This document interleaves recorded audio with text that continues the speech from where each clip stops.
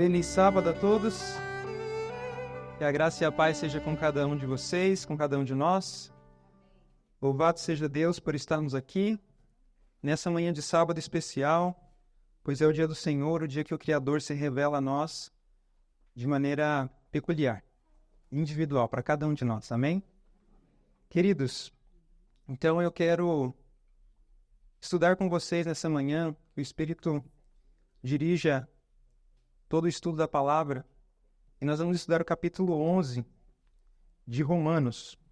Nós vamos abrir alguns textos bíblicos e eu quero me deter um pouquinho mais no versículo 1 sobre a própria experiência do apóstolo Paulo.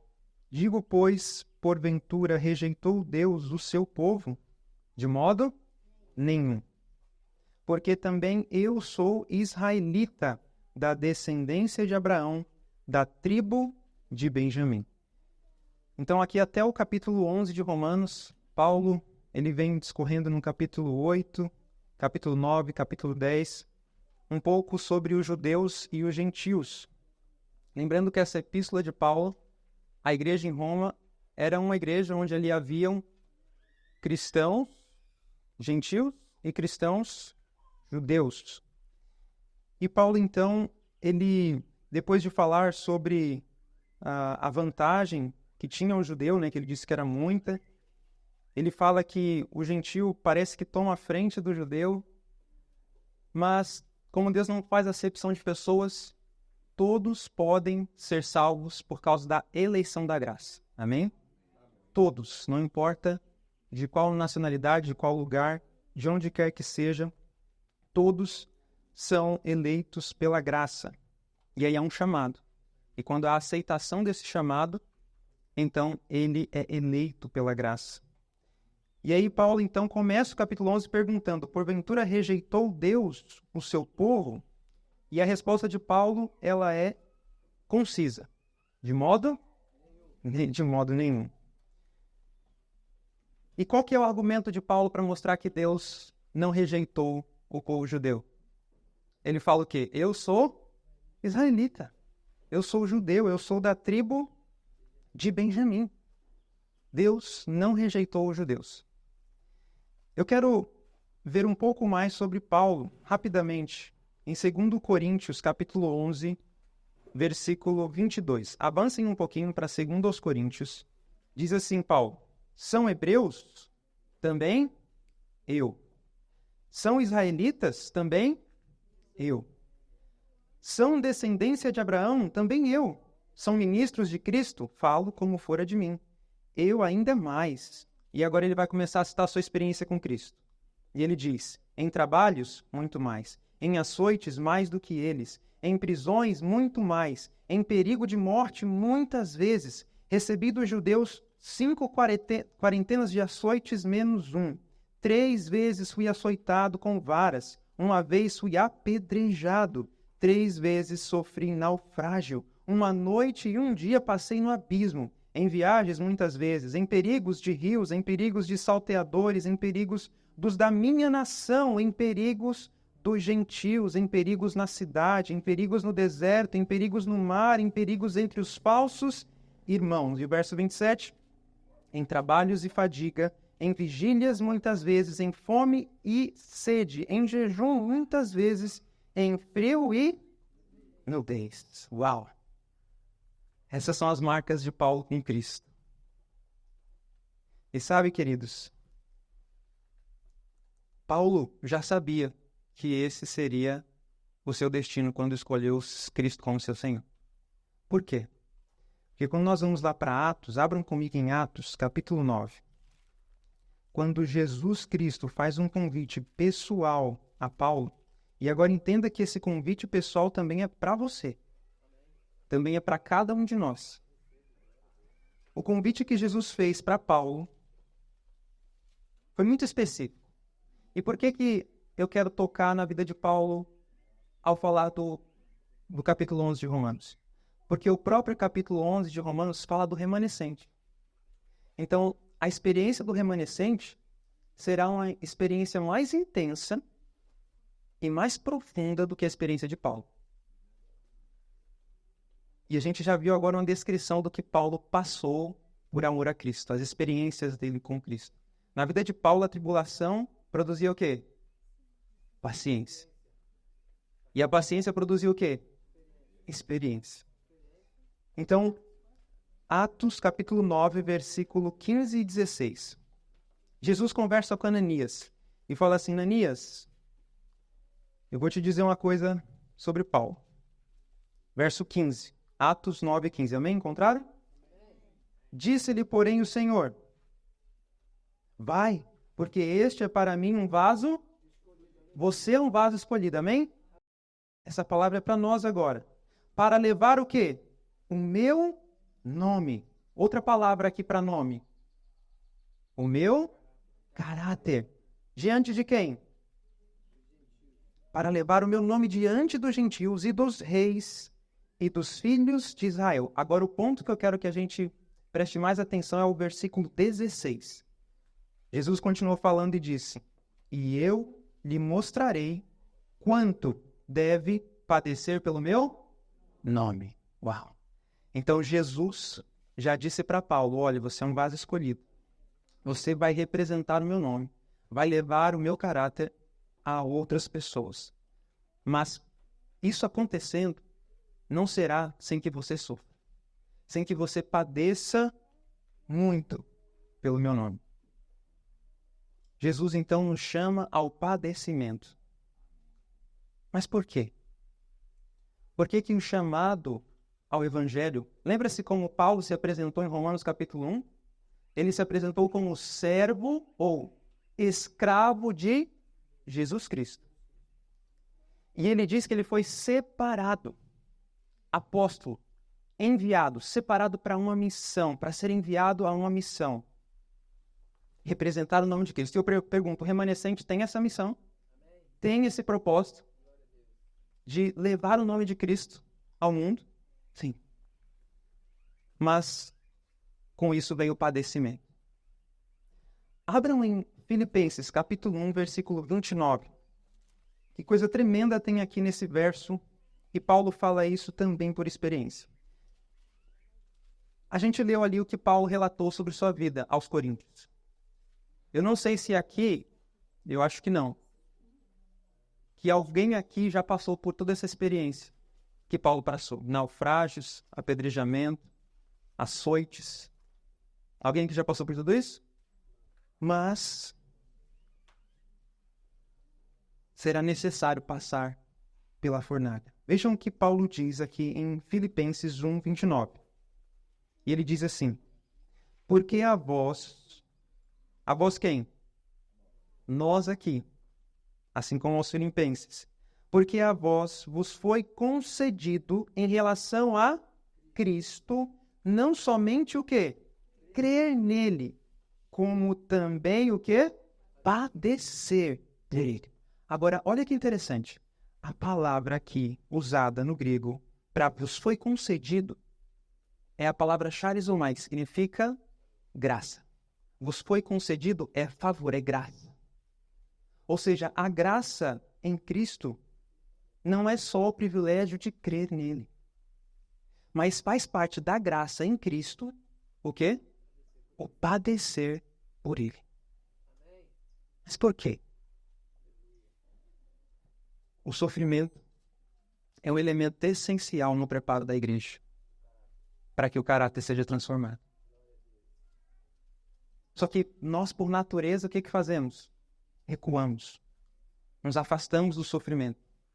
Nós buscamos a comodidade, os prazeres, as facilidades. Nós buscamos o trabalho que ofereça o menor esforço. Mas faz parte da graça o padecer por Cristo. Eu quero ler aqui um pequeno texto para vocês. Eu selecionei alguns poucos textos. E eu quero lê-los, são pequenos, então por isso eu não coloquei aqui na projeção. Cristo Triunfante 285 diz assim: as aflições não criam cristãos.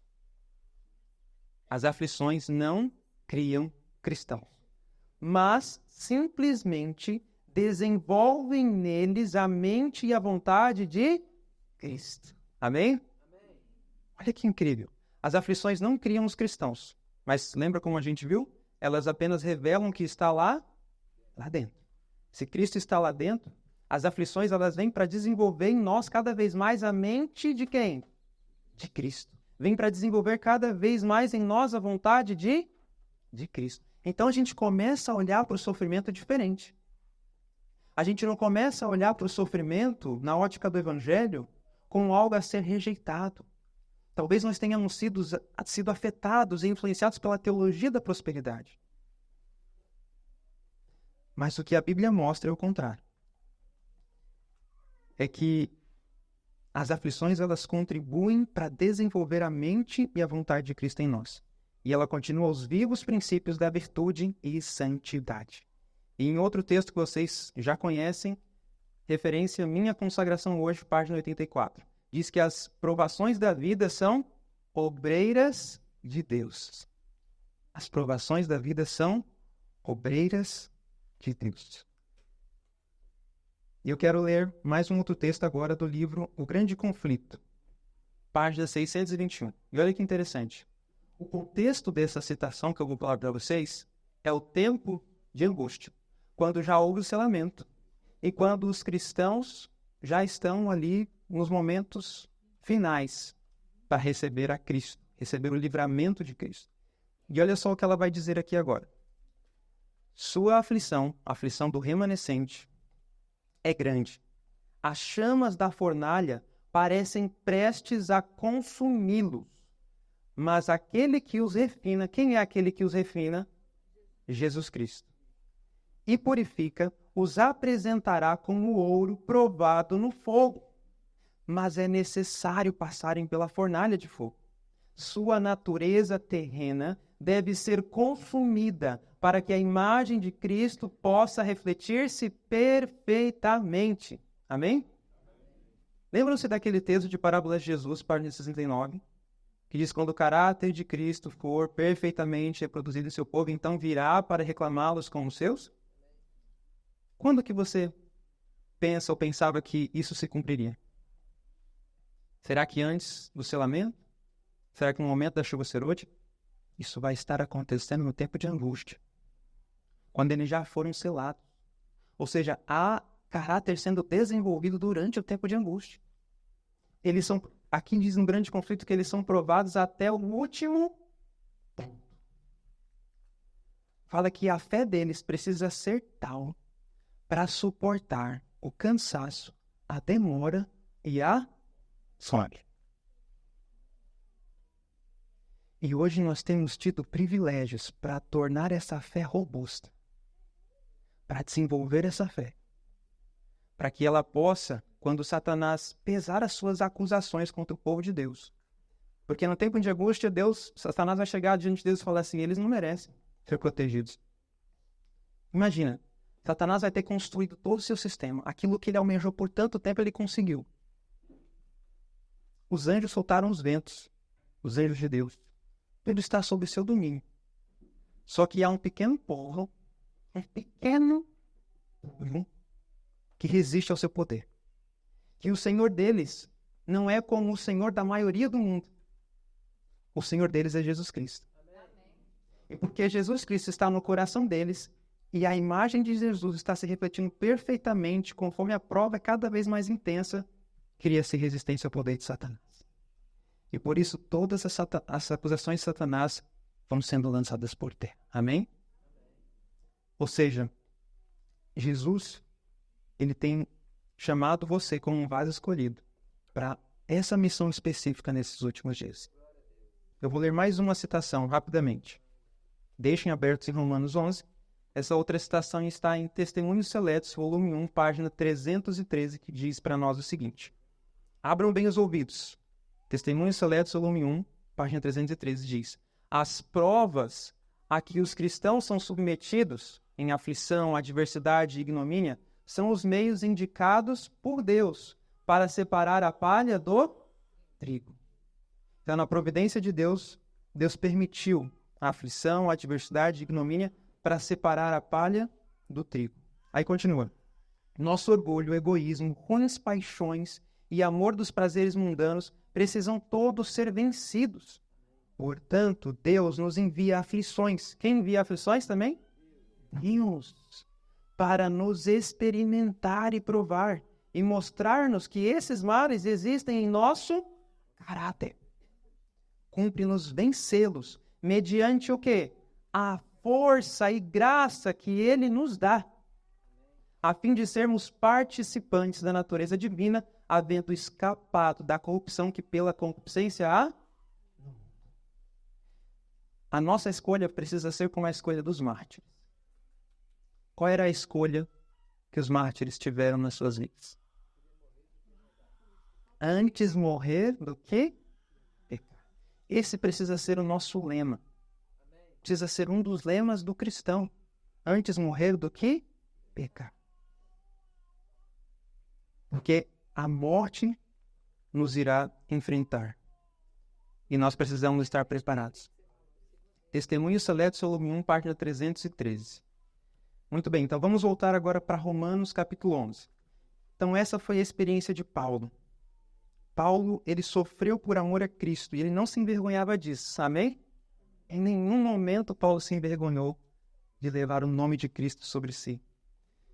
Paulo, então, ele foi um israelita da descendência de Abraão, da tribo de Benjamim. E aí ele fez a pergunta, né? Porventura rejeitou Deus o seu povo? O que leva Deus a rejeitar alguém? O que leva Deus a rejeitar alguém? Vamos deixar a Bíblia falar? Oséias 9,17 nos diz o seguinte: o meu Deus os rejeitará. Por quê? Porque não o ouviram, e errantes andarão entre as nações. Olha que interessante. Quando que Deus rejeita?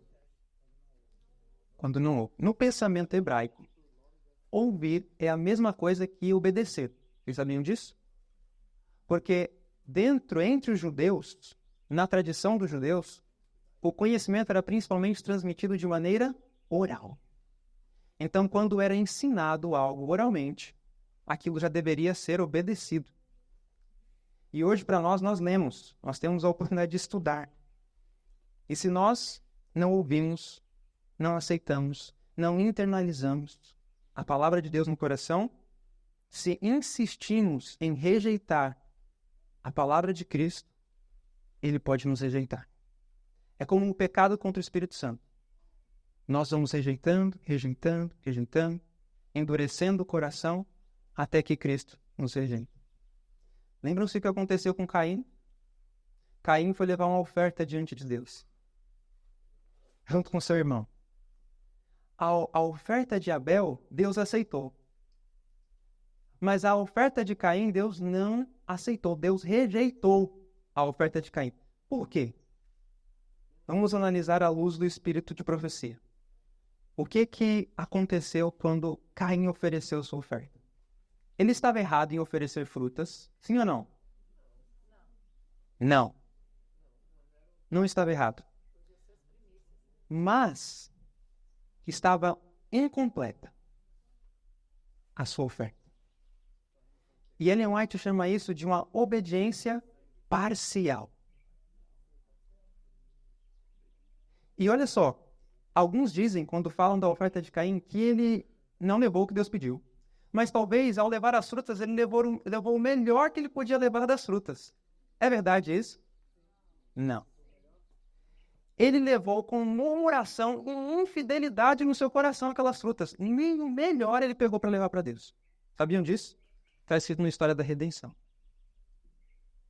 O que ele levou a Deus foi parte do que Deus tinha pedido.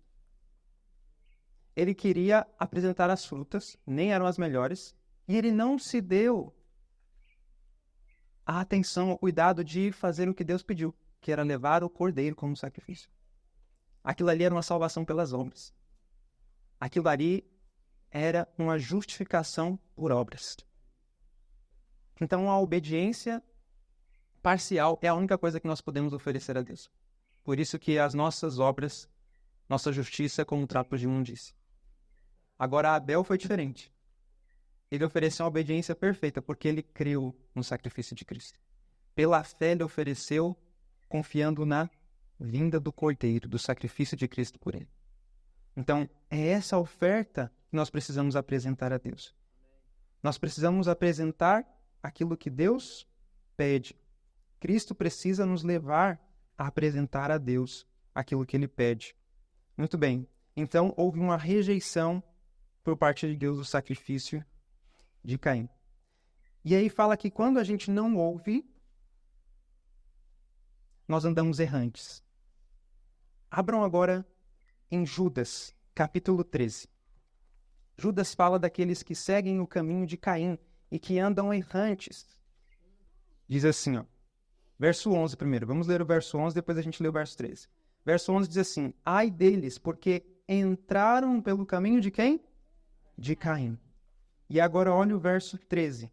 Ondas impetuosas do mar, que escumam as suas mesmas abominações, estrelas errantes, para os quais está eternamente reservada a negrura das trevas. Então aqui Judas está falando de pessoas que se introduziram, homens ímpios que se introduziram na igreja, e eles acabam entrando pelo caminho de Caim, andam errantes. Lembram-se o que Jesus disse em relação a errar? Ele estava conversando com os saduceus sobre ressurreição, e ali tem um texto, que Jesus cita de ressurreição no Antigo Testamento, que é Êxodo capítulo 3, versículo 6. E aí Jesus fala para eles assim: errais, não conhecendo as Escrituras e o poder de Deus. Então, quando que nós erramos? Quando não conhecemos as Escrituras. Quando rejeitamos as Escrituras, não damos ouvido, não obedecemos às Escrituras. E é através das Escrituras que vem o poder de Deus. Porque quando nós recebemos a palavra, nós recebemos a Cristo. Então, nós erramos por não conhecermos o poder de Deus. Agora eu quero ver algo com vocês em Lucas capítulo 6, rapidamente, versículo 46. Quem que está falando aqui? Jesus. E olha só o que Jesus diz: e por que me chamais Senhor, Senhor, e não fazeis o que eu vos digo? Ou seja, se nós dizemos que Jesus é o nosso Senhor, então nós temos que fazer o que Ele diz. Assim nós não vamos andar errantes. Assim o Senhor nos aceitará em Cristo, porque fazemos o que Cristo diz. E aí, nós seremos um instrumento na mão do Espírito Santo. O Espírito Santo diz: vai ali, nós vamos ali. Não só o que Ele diz por meio da palavra, mas também as impressões que o Espírito dá em nossas mentes. E nós faremos o que Ele diz. E é interessante notar uma coisa. Quais foram as profissões de Jesus? Jesus teve 2 profissões. Vocês sabiam disso? Ele foi carpinteiro e mais o quê? Ele foi professor. Ele foi mestre. Ele foi um rabi. E ele tinha os seus talmide, seus talmidins, seus discípulos, seus alunos. Ser rabi nos dias de Jesus era como uma profissão, era uma vocação. E Jesus, depois de sair da profissão de carpinteiro, ele se dedica sua vida inteira como um professor. E quando a gente entende melhor o que significa ser um discípulo nos dias de Jesus, a gente vai entender algumas coisas interessantes. Por exemplo, ser um discípulo, existiam 2 tipos de mestres, 2 tipos de rabis. Aquele que era local, que ficava junto ali a uma sinagoga, e aquele que era itinerante, que era o caso de Jesus. Ele não tinha um lugar fixo. Ele saía por todos os lugares anunciando que o reino de Deus é chegado. E aí, quando ele vai convidando os seus discípulos, quando ele convidava, eles entendiam 4 coisas ao se tornar um discípulo de Jesus. Quais eram essas 4 coisas? Quais eram as funções de um discípulo naqueles dias? A primeira função de um discípulo era memorizar as palavras do seu mestre. Essa era a primeira função de um discípulo nos dias de Jesus. Então eles sabiam claramente na mente deles que ao aceitarem o chamado de Jesus, eles tinham que estar com os ouvidos bem abertos a tudo o que Jesus ia dizer, porque eles tinham que memorizar aquelas palavras. Segunda função de um discípulo era aprender como o seu mestre interpretava e explicava as Escrituras Sagradas. E eles mesmos se maravilhavam da doutrina de Jesus, como Jesus interpretava e ensinava as Escrituras. Por exemplo, Êxodo 3, versículo 6. Jesus fala de ressurreição com esse verso. E sabe o que diz esse verso? Lá em Êxodo, fala assim: eu sou o Deus de teus pais, Abraão, Isaque e Jacó. E Jesus fala que aí está falando de ressurreição. Vocês viram alguma coisa de ressurreição nesse verso? Mas Jesus tinha discernimento espiritual e ele viu. E o que ele diz em seguida? Porque o Deus de nossos pais não é Deus de mortos, mas é Deus de vivos. Jesus discerniu ressurreição nesse verso das Escrituras. E quem que deu esse discernimento para Jesus? O Espírito Santo. O Espírito Santo pode dar esse discernimento para nós ao lermos as Escrituras, sim ou não? Amém. Sim. Mas nós precisamos pedir que o Espírito Santo conduza o nosso estudo das Escrituras. Nós precisamos orar pedindo isso. Então, aqueles que são chamados por Cristo e reconhecem Cristo como Senhor, como Mestre, eles precisam também dessas funções. Mas faltou falar mais duas, certo? Então, a primeira função de um discípulo é memorizar as palavras do Mestre. Segunda é aprender como ele interpreta e explica as Escrituras. A terceira função era imitar o seu Mestre. Então, por isso que Jesus levava os discípulos para todos os lugares, para uma festa de casamento, na casa de um dos discípulos, porque eles precisavam ver como que o Mestre se comportava em lugares diversos. E eles precisavam olhar como ele agia e agir da mesma maneira. E a quarta função de um discípulo é que quando terminasse o seu discipulado, ele precisava ir fazer novos discípulos. E Jesus cumpriu essas 4 funções como rabi. O que Jesus disse por último? Ide, fazei discípulos, pregai o evangelho, ensinando-os e batizando-os no nome do Pai, do Filho e do Espírito Santo. Então Jesus cumpriu essas 4 funções. E nós temos, por exemplo, aí em Lucas mesmo, capítulo 6, e o versículo 40, mostrando um desses princípios. Verso 40 de Lucas 6, diz assim, o discípulo ou aluno não é superior a seu mestre, a seu professor, mas todo o que for o quê? Perfeito será como o seu mestre. Todo o que for perfeito será como o seu mestre. Ou seja, é o terceiro objetivo de um discípulo. Imitar a quem? Ao seu mestre. Então, todo discípulo que for perfeito, ele imita o seu mestre. Queridos, isso é tremendo. Ou seja, quando nós entramos num discipulado com Jesus, eu tenho que ter isso daqui em mente. Eu tenho que memorizar as palavras de Cristo. Eu preciso aprender como ele interpretava as Escrituras. Eu preciso imitar o exemplo dele em lugares, em situações diferentes. E eu preciso ser também um discipulador. E Paulo entendeu isso. Só que tem uma coisa interessante de Paulo. Abram em Gálatas. De quem que Paulo aprendeu sobre o Evangelho? Gamaliel? Gálatas, podem abrir no capítulo 1 de Gálatas, versículo 11 e versículo 12. O próprio Jesus. Vamos ler aí Gálatas 1, versículo 11. Diz assim, versículo 11. Mas faço-vos saber, irmãos, que o evangelho que por mim foi anunciado não é segundo os homens, porque não o recebi, nem aprendi de homem algum, mas pela revelação de quem? De Jesus Cristo. Amém? Queridos, cada um de nós podemos aprender sobre o evangelho diretamente da revelação de Jesus Cristo. Amém? Essa intimidade Deus quer ter com cada um de nós. Paulo, ele foi para a Arábia. Ficou ali cerca de 3 anos, aprendendo diretamente de Cristo sobre as riquezas incomparáveis do Evangelho. E Jesus quer ter essa experiência conosco, já que nós somos vaso escolhido, assim como Paulo. Ele está pronto a nos aceitar plenamente em Cristo. Ele deseja que nós, como um aluno, o ouçamos a cada dia, através da Bíblia. A cada dia. A cada momento, o Espírito Santo sugerindo textos da Bíblia na nossa mente. para que nós possamos andar como Cristo andou. E não só andar como Cristo andou, mas vencer como Cristo venceu. E o que significa vencer como Cristo venceu? O que significa isso? Vamos deixar Cristo responder? João 13, versículo 34. Essa promessa de vencer como Cristo venceu está em que lugar da Bíblia? Em Apocalipse, não é isso?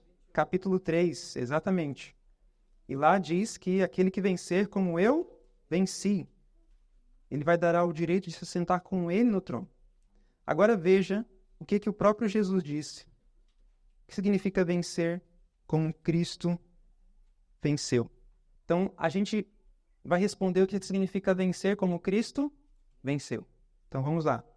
Disse assim Jesus: um novo mandamento vos dou, que vos ameis uns aos outros, como eu vos amei a vós, que também vós uns aos outros vos ameis. Então, em poucas palavras, o que significa vencer como Cristo venceu? É amar como Cristo amou. Vencer como Cristo venceu é amar como Cristo amou. E como Cristo amou? O que Jesus disse na cruz? Pai, perdoa-os, porque eles não sabem. O perdão de Deus fluía por Jesus e Jesus pôde perdoar aqueles homens. Os seus perseguidores, aqueles que queriam tirar a sua vida, aqueles que ele tanto amou, estavam ali o matando. Mas ele amou como Deus ama. E assim ele venceu. É o triunfo do amor. Só há como vencer se amarmos, como Jesus amou. E isso tem que ver com perdão. Muito bem. Vamos retornar agora para Romanos capítulo 11. Para nós darmos continuidade. Versículo 2 agora.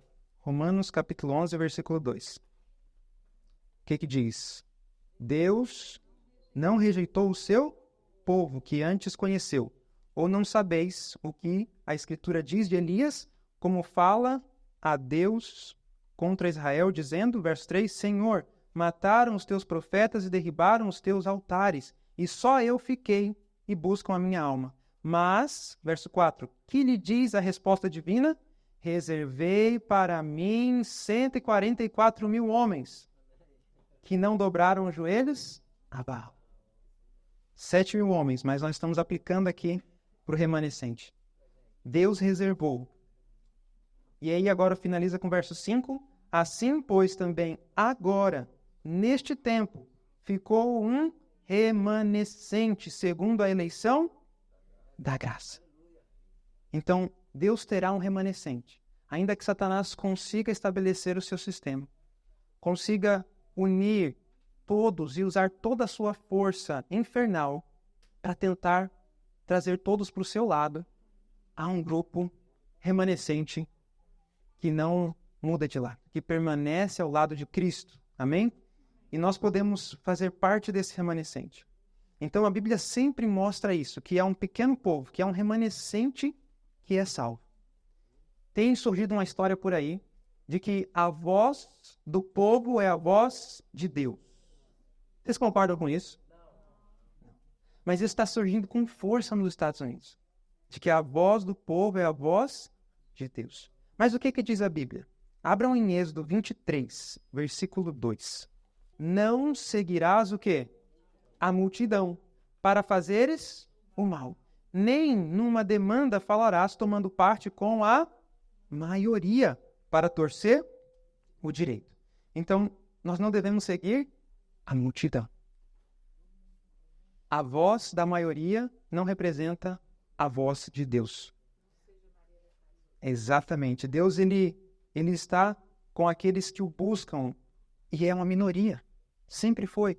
Mas Deus sempre teve os seus fiéis, os seus eleitos pela graça ao longo de toda a história de pecado deste mundo. E ele terá de maneira especial um povo. E ele concederá um poder especial para este povo, para que eles possam fazer as obras de Cristo nesses últimos dias. E a Bíblia sempre mostra que foi assim. Por exemplo, não precisa abrir. Vocês conhecem esse verso, Provérbios 31:10. O que diz lá? Mulher virtuosa, quem achará? Mas será que é só para mulher? Será que é difícil encontrar uma mulher virtuosa? Não, também é para o homem. Provérbios, capítulo 20, verso 6, diz assim: a multidão dos homens falam da sua bondade, mas o homem fidedigno, quem o achará? Também é difícil achar homens fiéis. Também é difícil achar homens fiéis. O que disse Salomão em Eclesiastes? Eclesiastes capítulo 7. Esse eu quero que nós leiamos juntos.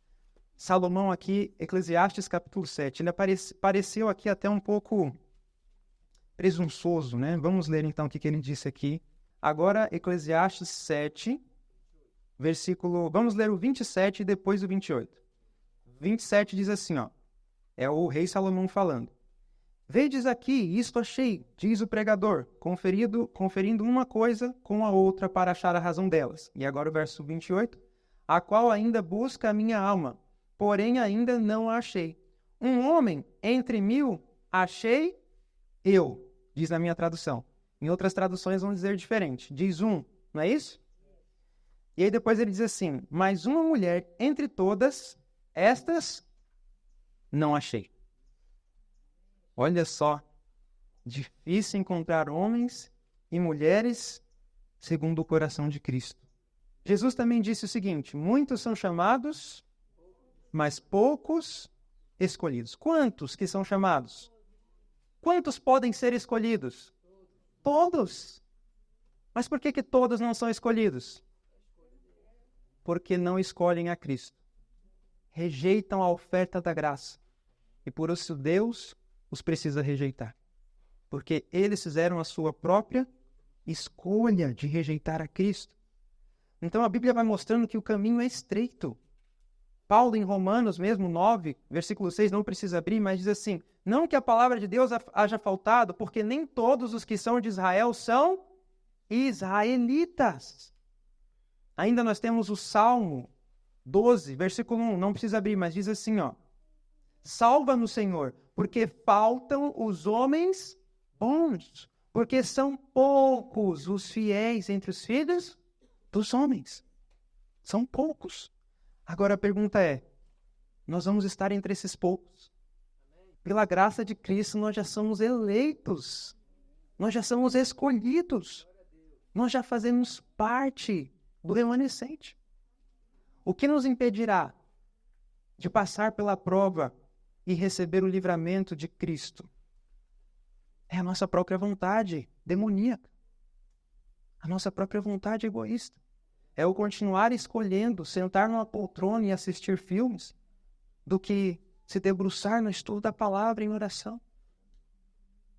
Percebem que a decisão do dia a dia determina lá na frente se eu serei contado na fileira de Satanás ou na fileira de Cristo.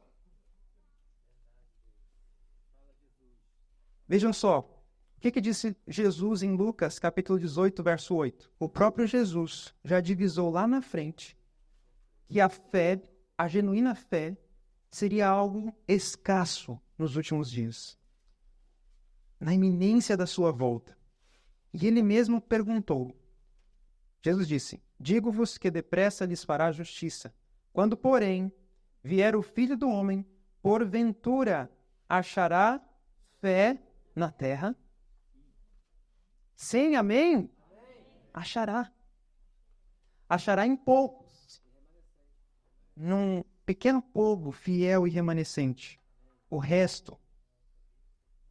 Agora, eu vou abrir em Eclesiastes, capítulo 9, e o versículo 10. Esse texto aqui mostra que todos são chamados e todos poderiam ser escolhidos. Mas por que não são todos escolhidos? Todo quanto te vier à mão para fazer, faze-o conforme as tuas forças. Porque na sepultura para onde tu vais, não há obra, nem projeto, nem conhecimento, nem sabedoria. Agora verso 11. Voltei-me e vi debaixo do sol que não é dos ligeiros a carreira, nem dos fortes a batalha, nem tampouco dos sábios o pão, nem tampouco dos prudentes as riquezas, nem tampouco dos entendidos o favor, mas que, duas coisas, o tempo e a oportunidade ocorrem a Amém? Queridos, por que todos podemos ser escolhidos? Porque Deus deu duas coisas para todo mundo: tempo e oportunidade. Amém? Nós temos a oportunidade de ter uma nova vida. Nós temos uma oportunidade de não cometer os mesmos erros que até aqui cometemos. E Ele tem nos dado tempo para isso. Um tempo de graça. Um tempo diário de 24 horas. Os opositores da verdade, os inimigos de Deus, eles têm o mesmo tempo. E eles se preparam nesse tempo para fazer o mal. E nós, no tempo que temos, nós temos nos preparado, recebido de Cristo, da sua justiça, para sairmos como Cristo na prática do bem. É esse preparo com Cristo diário que vai nos levar à prática do bem. Caso contrário, como diz Paulo em Romanos, capítulo 12, último verso, não te deixes vencer do mal, mas vence o mal com o bem. Se nós não passarmos tempo com Cristo, nós vamos revidar com o mal. E é nesse ponto que é mais revelado o caráter de cada um de nós. Não é tanto nas ações, mas o nosso caráter é melhor revelado nas reações. Qual foi a ação do homem? O pecado. Como que Deus reagiu? Porque Deus amou ao mundo de tal maneira. Então, a reação de Deus ao pecado foi amar. Foi conceder por meio de Cristo uma nova oportunidade, o perdão, uma nova vida. E é nas nossas reações que nós demonstramos mais quem somos do que nas nossas ações. Eu lembro de um irmão que ele um dia estava conversando com uma irmã na igreja e essa irmã, ela falou algo para ele que ele não gostou. E ela não só falou, mas como também meio que empurrou ele com a mão. Eles estavam discutindo na igreja. E esse irmão, de repente, num impulso, ele deu um soco na irmã. E aí ele estava me contando essa história. E aí eu perguntei para ele sobre a alimentação dele. E fui procurar saber um pouco mais sobre a vida dele, conversando ali, de maneira amigável, no sábado à tarde. E aí ele disse que ele comia muita carne, porque antes ele era lutador. E ele tinha que comer muita carne para se desenvolver fisicamente. E aí percebam que esse costume, esse hábito da vida passada dele, ele continuou mantendo não o hábito da luta, mas o hábito do comer carne. E a natureza dele reagiu de maneira abrupta. Essa irmã encostou nele e ele deu um soco na irmã. A reação dele mostrou que tinha algo que dominava ele mais do que Cristo. E a mesma coisa pode acontecer conosco. São nas reações. Tem pessoas que se gabam, não, eu sou manso, que tem um temperamento manso, tranquilo. Mas deixa pisarem no teu carro, para ver se a reação vai ser de Cristo. Então são nas reações. Por isso que a adversidade precisa vir. Porque na prosperidade, parece que é todo santo. Mas quando vem a adversidade, aí nós rebelamos. E como nós temos estudado, nós não somos bons. Nós somos maus. Porque a Bíblia diz: mas podemos receber a justiça de Cristo, amém? Podemos dia a dia fruir, beber dessa fonte e sermos transformados. Termos não reações impulsivas, agressivas, iradas, mas podemos ter um impulso do Espírito, nos levando a abençoar quando somos amaldiçoados. Eu quero ler apenas mais um texto aqui em Ezequiel, mostrando que são poucos. Ezequiel 22:30 diz: e busquei dentre eles um homem que estivesse tapando o muro, e estivesse na brecha perante mim por esta terra, para que eu não a destruísse. Porém a ninguém achei. Ezequiel 22:30. Então Deus, ele olha do céu e ele procura um coração que seja perfeito, que seja completo, íntegro para com ele. E aqui está falando que Deus, ele olhou, buscou um que estivesse tapando o buraco no muro. Mas ele não encontrou a ninguém. E aí no capítulo 12, quando nós vamos estudar amanhã, nós vamos falar um pouco sobre esse esse ponto prático da justiça de Cristo. Romanos 12 é todo prático, do começo ao fim. E essa prática se alia a Isaías 58, que Ellen White fala que é um dos capítulos que nós deveríamos ler frequentemente, todos os dias. Nós vamos estudar amanhã, Romanos capítulo 12, lembrando de Isaías 58. Então, quando nós olhamos para a história, nós vemos que no dilúvio, somente Noé e sua família. Nós vemos que lá para entrar em Canaã, na Canaã terrestre, apenas Josué, Caleb e as crianças entraram. Diante de 12 espias que foram espiar a terra, apenas 2 trouxeram um relatório pela fé. Os outros 10 olharam com os olhos, com as vistas, e não enxergaram o Deus que o tinha conduzido até ali e ainda o que poderia fazer por ele. Mas 2 trouxeram um relatório favorável. Por quê? Porque eles olharam para Cristo. Quando nós olhamos para Cristo, não importa quais forem as circunstâncias, elas serão favoráveis. Não importa quais forem as circunstâncias.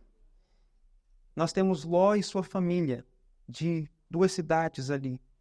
E ainda assim, a família de Ló foi influenciada pelo mal. Poucos. Nós temos apenas 3 hebreus entrando na fornalha, que viram pela fé Cristo lá dentro. Ou se ele não estivesse também, saberiam que seriam guardados por Cristo para a ressurreição. Nós temos, nos dias de Jesus, poucos da nação judaica receberam Cristo. Nós temos 12 discípulos, de uma multidão de discípulos que o seguiam. Nós temos de 50 mil que se envolveram no movimento milerita, apenas 50. Nós temos de bilhões de seres humanos na Terra e de milhões de adventistas do 7º dia, apenas 144 mil. É claro que alguns vão morrer antes, mas apenas 144 mil estarão vivos para ver Jesus voltar. E eu quero ver com vocês rapidamente a experiência de Josué e Caleb. Abram em Números capítulo 14. Deixa eu fazer uma pergunta antes de nós lermos Números 14. Deus tem uma promessa em Apocalipse 18. Qual que é a promessa que Deus tem em Apocalipse 18? Apocalipse 18 descreve o alto clamor. Sim ou não? Fala que a terra será iluminada com a sua glória. Vocês sabem que no livro de Apocalipse, todos os livros da Bíblia se encontram e se cumprem. Então, se todos os livros da Bíblia se encontram e se cumprem em Apocalipse, da onde que o apóstolo João tirou essa profecia de que um dia toda a terra seria iluminada com a glória de Deus? Tem que estar no Antigo Testamento, sim ou não? E de onde que o apóstolo João tirou essa profecia? Onde que pela primeira vez a profecia de que o mundo seria iluminado com a glória de Deus foi dada? De forma taxativa, específica, com as mesmas palavras praticamente. Foi aqui em Números 14. Números 14, verso 19. E nós sabemos aqui o contexto.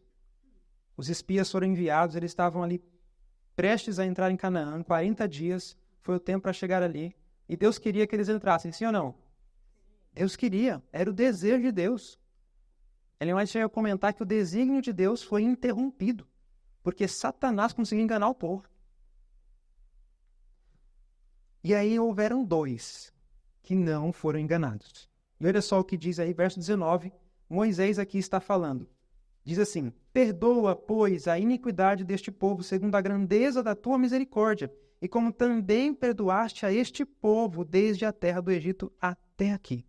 E agora Deus vai dizer: e disse o Senhor, conforme a tua palavra lhe perdoei. Agora verso 21. Porém, tão certamente como eu vivo, e agora olha a profecia e a promessa, e como a glória do Senhor encherá toda a terra. Amém? É a mesma promessa de Apocalipse 18? Que a terra seria iluminada com a glória de Deus.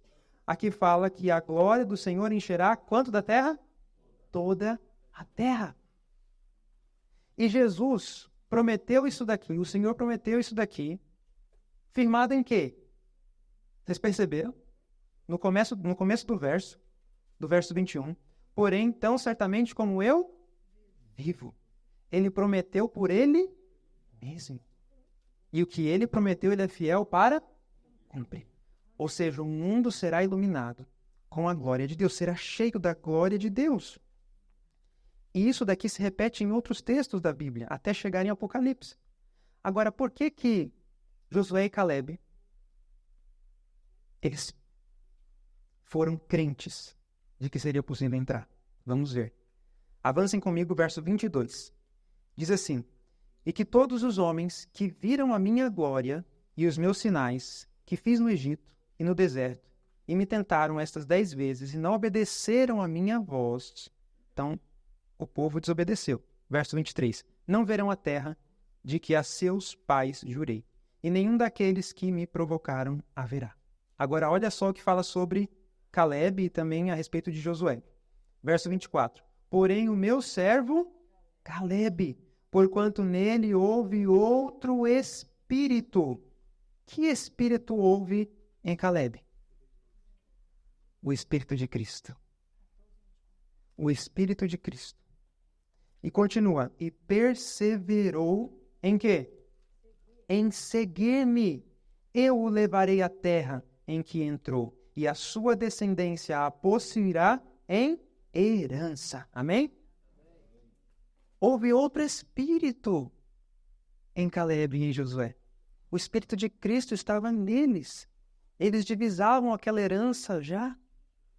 E eles perseveraram em seguir ao Senhor. E qual que é a característica do remanescente em Apocalipse 7? Eles seguem o Cordeiro por onde quer que vá. Eles perseveram. Aqui está a paciência, a perseverança dos santos. E o que produz essa paciência, essa perseverança? A tribulação. Então, quanto mais eles sofrem por Cristo, mais eles se apegam a Cristo. Mais eles estão dispostos a ir mais longe com Cristo, até ultrapassarem os portais eternos. Amém? E isso é para nós. Isso é para nós hoje. Nós precisamos ter outro espírito, diante do espírito que prevalece pelo mundo. Nós temos que olhar para as coisas e não murmurar, e não xingar. E a gente tem um teste com as coisas mesmo, antes de com as pessoas. Eu lembro de uma vez que nós estávamos memorizando textos cantados da Bíblia. E a gente estava memorizando aquilo com muita frequência, todo dia nós cantávamos. E certo dia, eu estava na oficina e tinha um armário de ferro. E a porta abriu, sem eu me aperceber. E levantei a minha cabeça como se nada, como normal. E o ferro, a ponta, foi bem na minha cabeça e doeu demais. Só que naquele momento, quando eu me levantei, ao invés de eu murmurar, reclamar, bater aquela porta, eu comecei: ide, porém, e aprendei o que significa misericórdia, quero e não sacrifício. E eu comecei a cantar.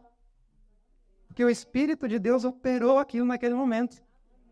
Não a raiva, não a ira, mas porque a palavra estava no meu coração. E é a palavra que opera isso. Seja ela você lendo, memorizando palavra por palavra ou cantando. Os israelitas salmodiavam na sua peregrinação. Eles cantavam os salmos. E ali continham as promessas. E as promessas, ao serem proclamadas com fé, com confiança, elas operam. Amém? E isso acontecerá quando o teu irmão vier a ti, contra ti. E você vai cantar para ele. Você vai perdoá-lo. Você vai amá-lo. Você vai demonstrar Cristo para ele. Quando a tua esposa falar alto, ou teu esposo falar alto, você vai abençoar. Quando vier a palavra dura, ele encontrará a palavra branda. Amém? Porque Jesus opera isso em nós. E ele está disposto a operar isso em nós. Então, nós conseguimos ver aqui em Números que nós precisamos ter um espírito, que é o Espírito de Cristo, o Espírito Santo, os frutos, o fruto do Espírito operando em nós, para que nós possamos, então, glorificar o nome de Cristo. E vocês sabem que o alto clamor ele está descrito em várias partes da Bíblia. E tem uma parte mais que eu quero compartilhar com vocês. Avancem agora para o Novo Testamento, para Hebreus. Abram no livro de Hebreus, capítulo 8. Muito bem. A partir do versículo 8, Hebreus 8:8. Começa dizendo assim para nós então. Aqui Paulo está citando Jeremias. Ele está citando o Antigo Testamento. E ele vai dizer o seguinte. Versículo 8. Porque, repreendendo-os, lhes diz: Eis que virão dias, diz o Senhor, em que com a casa de Israel e com a casa de Judá estabelecerei uma nova aliança, não segundo a aliança que fiz com seus pais. A que aliança está se referindo aqui agora? A aliança que foi feita com os pais. É a aliança do Sinai. Tá certo? Então ele está falando de uma nova aliança que não é segundo a aliança que ele fez com os pais. Continua o verso 9. No dia em que os tomei pela mão para os tirar da terra do Egito. Está vendo aí a explicação? Como não permaneceram naquela minha aliança, eu para eles não atentei, diz o Senhor. Tá, vamos avançar. Depois a gente explica então esses versos. Verso 10. Porque esta é a aliança, agora vai falar da nova, que depois daqueles dias farei com a casa de Israel, diz o Senhor. Porei o quê?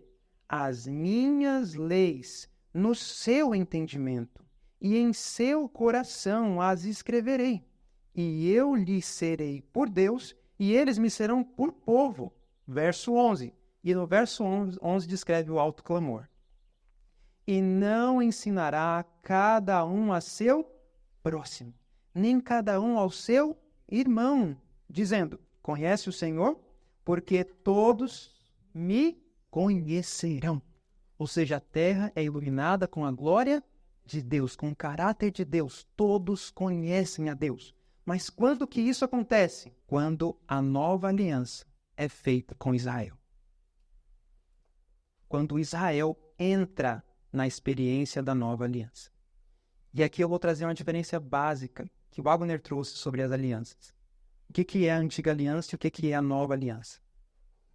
A antiga aliança não é um evento, em uma dispensação, em algum momento, um lugar pontual, não. E também a nova aliança não é isso.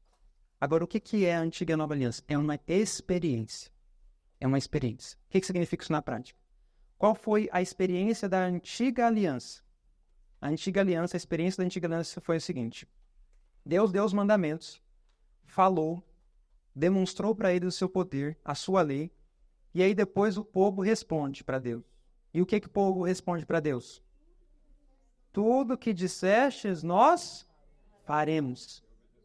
Essa é a experiência da antiga aliança. E a gente pode viver essa experiência hoje, que é o que a gente está falando aqui. Eu posso olhar para a lei de Deus e falar assim: eu vou fazer isso, Senhor. Eu vou parar de fazer isso. Eu vou parar de mentir, Senhor. Eu vou, Senhor. Eu vou. Eu prometo para Deus que eu vou conseguir. E hoje a igreja pode estar vivendo a experiência da antiga aliança. Agora, qual que é a experiência da nova aliança? É eu confiar na promessa de que Deus vai escrever a lei no meu coração. Que Cristo, Deus, vai habitar em mim e Ele fará as obras por mim. Amém? Essa é a experiência da nova aliança que nós podemos viver hoje. Se Deus disse: porei as minhas leis no teu coração, Senhor, eu acredito. O Senhor colocou a lei no meu coração. E Cristo vai fazer as obras por mim, porque Cristo é a lei vivida, Ele é o princípio da lei. Essa é a experiência. E quando nós tivermos essa experiência, todos conhecerão ao Senhor. Continuando o verso 11, desde o menor deles até o maior. Porque serei misericordioso para com suas iniquidades, e de seus pecados e de suas prevaricações não me lembrarei mais. Amém? Então, é nós que estamos retardando o cumprimento dessa profecia do alto clamor. Porque não estamos permitindo que Deus escreva a lei nos nossos corações. Porque Jesus não está lá dentro, mas Ele está à porta, batendo. E sabem o que disse Ellen White nos materiais de 1888? Ela disse assim, eis, Jesus falando, eis que eu estou à porta do vosso coração, batendo por meio dos meus mensageiros. E aí se referia a Wagner-Chops, quando trazia uma mensagem de 82.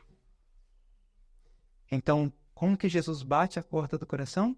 Por meio da mensagem da justiça pela fé. E por que ele está fora? Porque a gente ainda não entendeu e não recebeu plenamente a vida de Cristo. A Bíblia fala que Jesus veio ao mundo para iluminar a todo o homem. E como que Jesus ilumina todo homem? Wagner diz que é por meio da sua vida. Quando nós comparamos a nossa vida com a vida de Cristo, é mostrada as trevas que há em nossas vidas. É mostrado o nosso egoísmo. O quão dificilmente renunciamos. O quão pouco nós damos atenção à necessidade de outros e cuidamos de nós mesmos. Quando nós olhamos para a vida de Cristo mostra as trevas que há em nossas vidas. Mostra por que estamos em depressão, mostra por que sentimos ciúmes, por que temos inveja, por que cobiçamos. Porque ainda o amor do eu é acalentado nos nossos corações. E Cristo não está. Então a vida de Cristo, como que Cristo ilumina todo homem? Através da sua vida.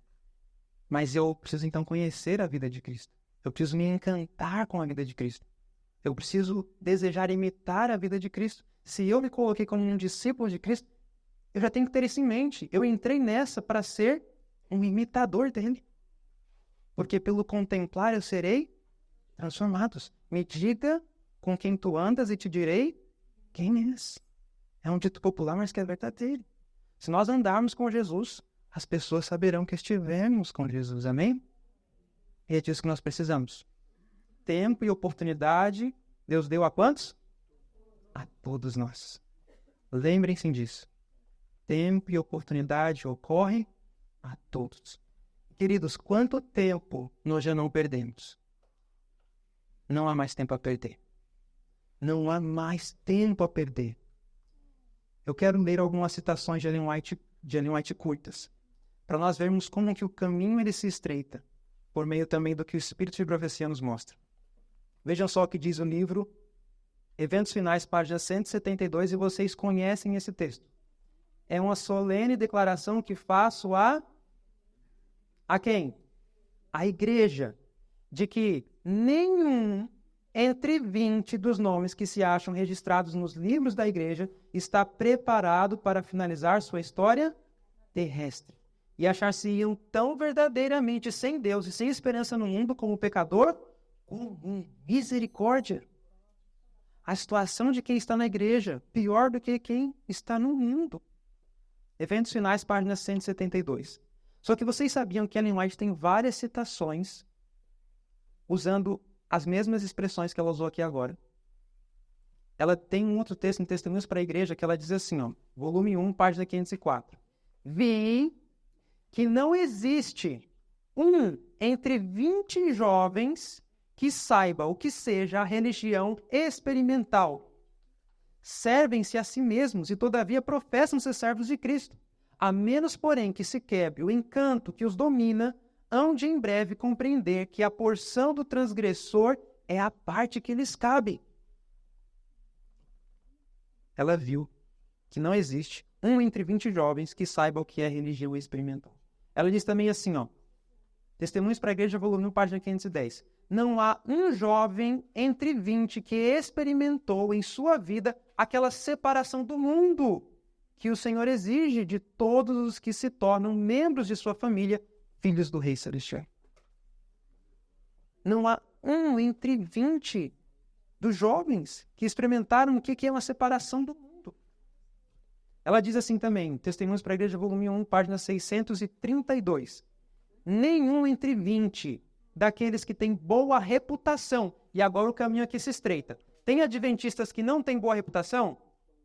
Tem. Mas ela está falando aqui, só dos adventistas que possuem boa reputação.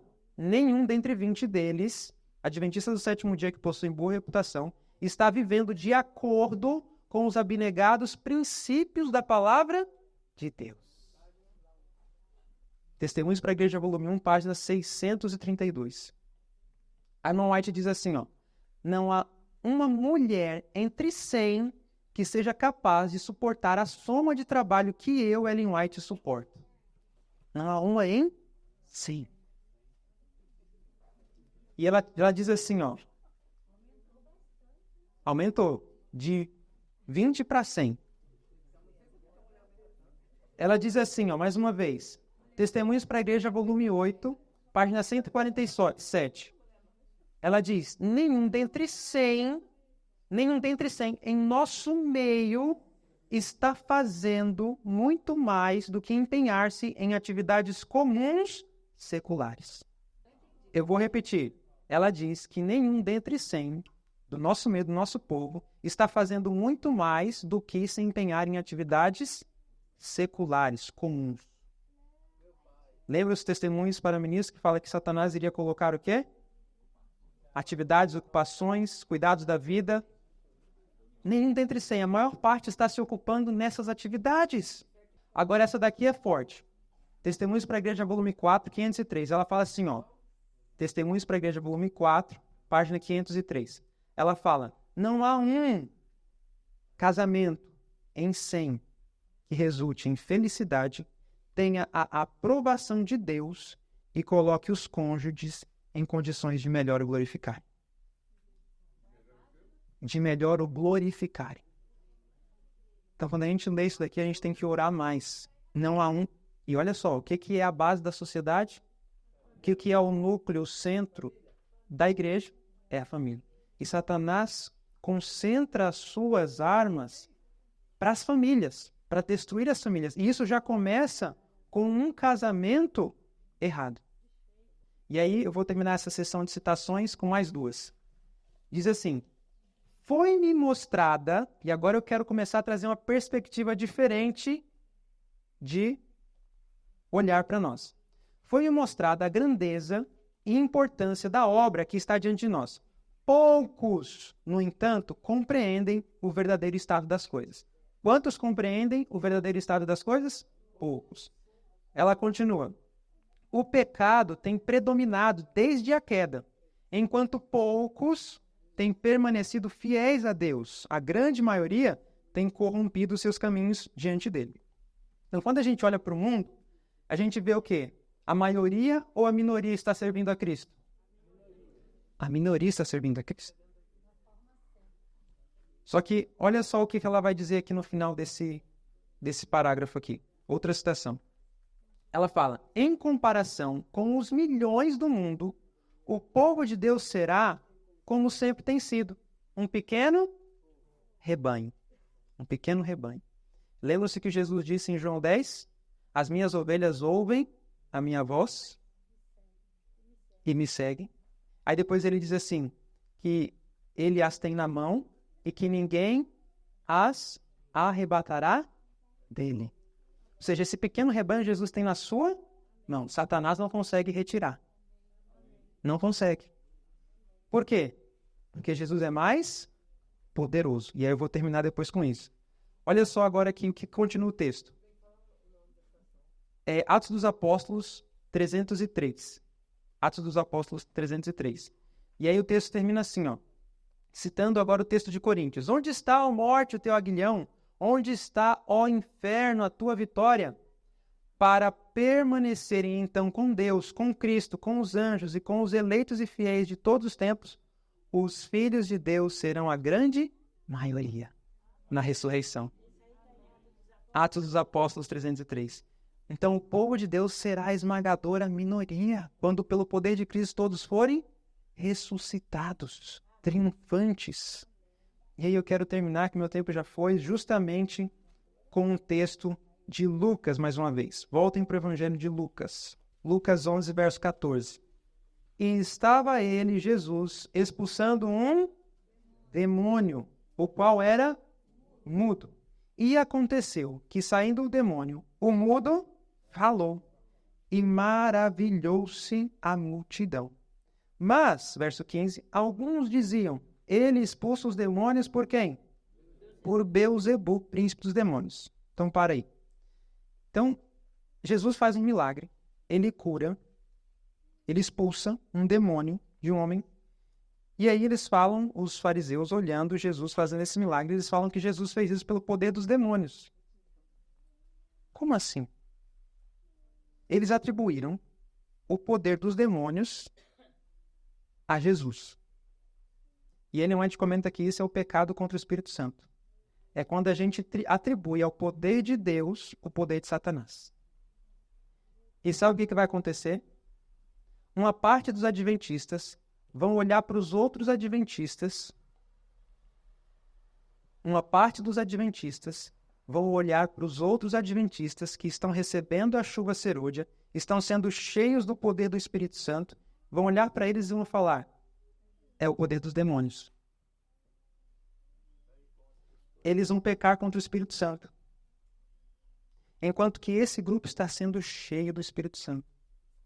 E eles falam: estivemos na obra há tanto tempo. Não é desse jeito que se faz a obra. Só que o ponto que eu quero chegar é o do verso 21 e verso 22. Verso 21 e verso 22 diz assim, ó, porque Jesus, ele vai dizer o seguinte, vamos ler o verso 20 primeiro. Jesus, ele vai dizer o seguinte, ele diz assim, ó, Lucas 11, verso 20. Mas, se eu expulso os demônios pelo dedo de Deus, certamente a vós é chegado o reino de Deus. Então Jesus fala, ó, eu expulso pelo dedo de Deus. Ele expulsa pelo poder do Espírito Santo. Jesus disse, eu expulso pelo poder do Espírito Santo. Aí Jesus vai fazer menção a um texto que está lá em Isaías. E esse texto lá em Isaías é um texto onde fala do rei de Babilônia, que ele tinha o povo como sua presa e as guardava muito bem. Só que vinha um poderoso e tirava essa presa de suas mãos. E Jesus usa isso e vai dizer o seguinte, ó, nesse contexto desse grande conflito de poder espiritual, Jesus expulsando os demônios. Ele diz, verso 21 e verso 22, e isso daqui é uma promessa de Jesus para nós. Diz assim, ó, quando o valente guarda armado a sua casa. Quem é esse valente que guarda armado a sua casa? É Satanás. Satanás é esse valente que guarda armado a sua casa. Aí continua assim, em segurança está tudo quanto tem. Mas, verso 22, sobrevindo outro, mais o quê? Mais valente do que ele. E fazendo o quê? Vencendo-o, tira-lhe toda a sua armadura em que confiava e reparte os seus despojos. Quem é esse outro valente?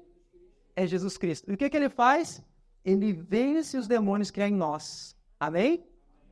Mas Jesus, então, se nós permitirmos que ele entre na nossa vida, ele é mais valente que Satanás. E se éramos presa de Satanás, ele então nos tira das garras de Satanás. Ele vence Satanás. E a casa também somos nós. Lembra que Jesus disse que ele era a casa? Que ele era um templo? Nós somos um templo, o templo do Espírito Santo. Ele também entra na nossa vida. Satanás tinha o domínio por meio do orgulho, do egoísmo, da impaciência, da luxúria, das vãs suspeitas. E aí ele entra, vence, expulsa, e nós podemos viver eternamente com Cristo. Seguros dessa vitória. Seguros de que se ele for o Senhor de nossas vidas, nós permaneceremos nele. Então, quando Jesus chega, que é mais valente, ele expulsa esse demônio, como é a história que aconteceu aqui.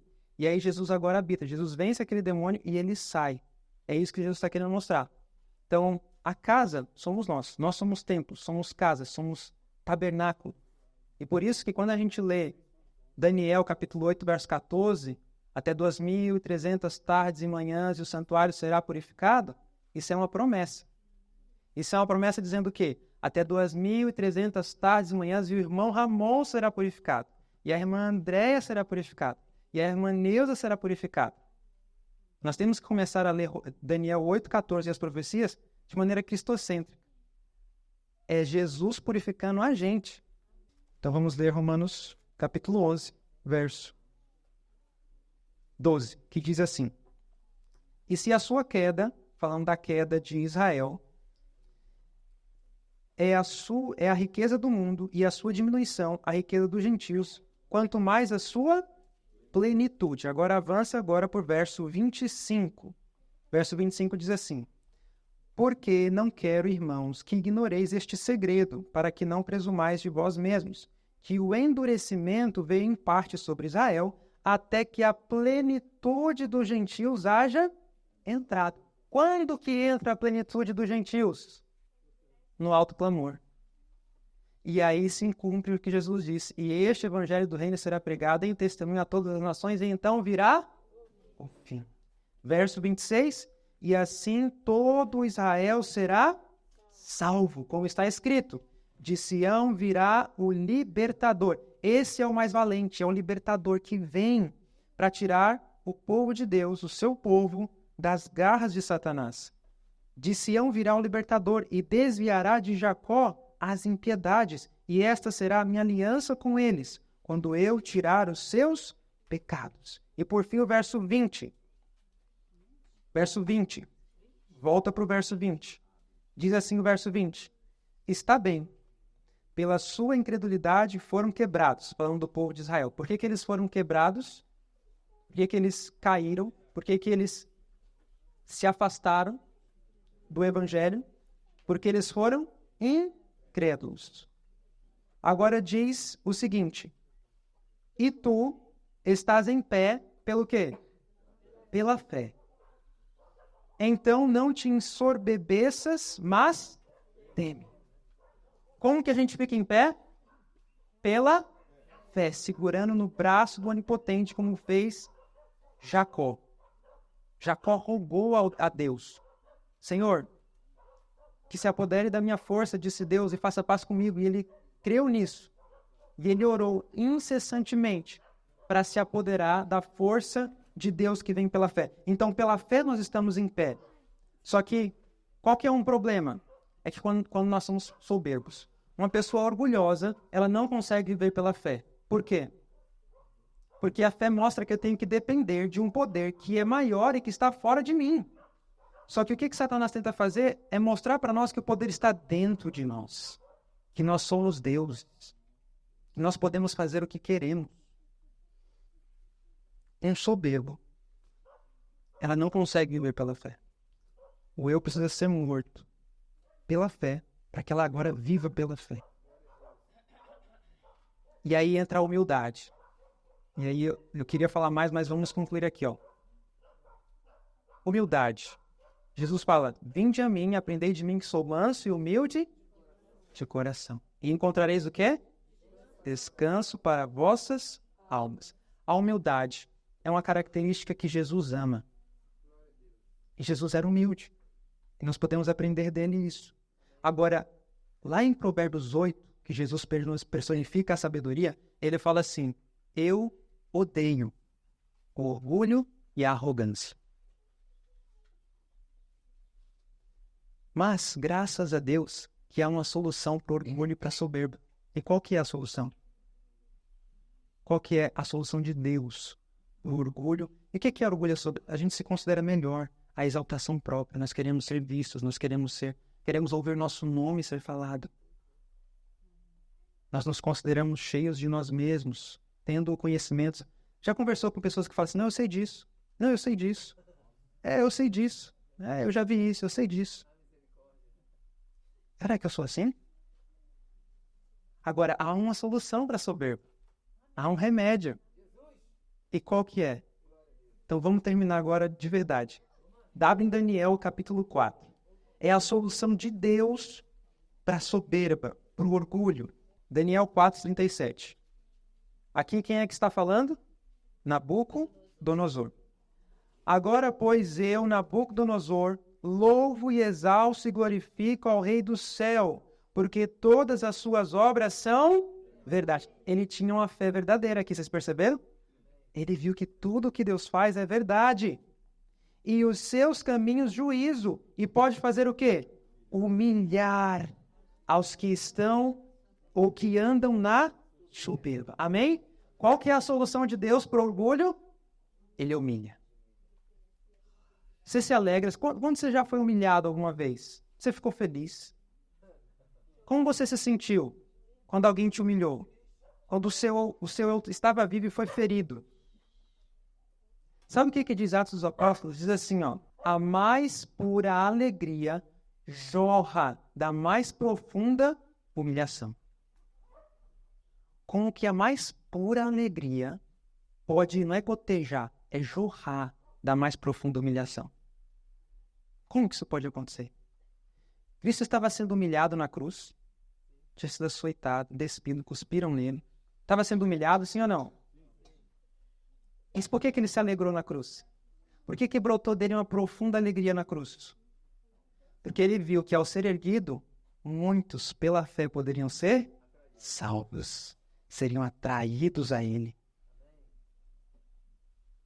E se nós temos dificuldades de aprender lições de humildade, é porque fomos mais longe no orgulho.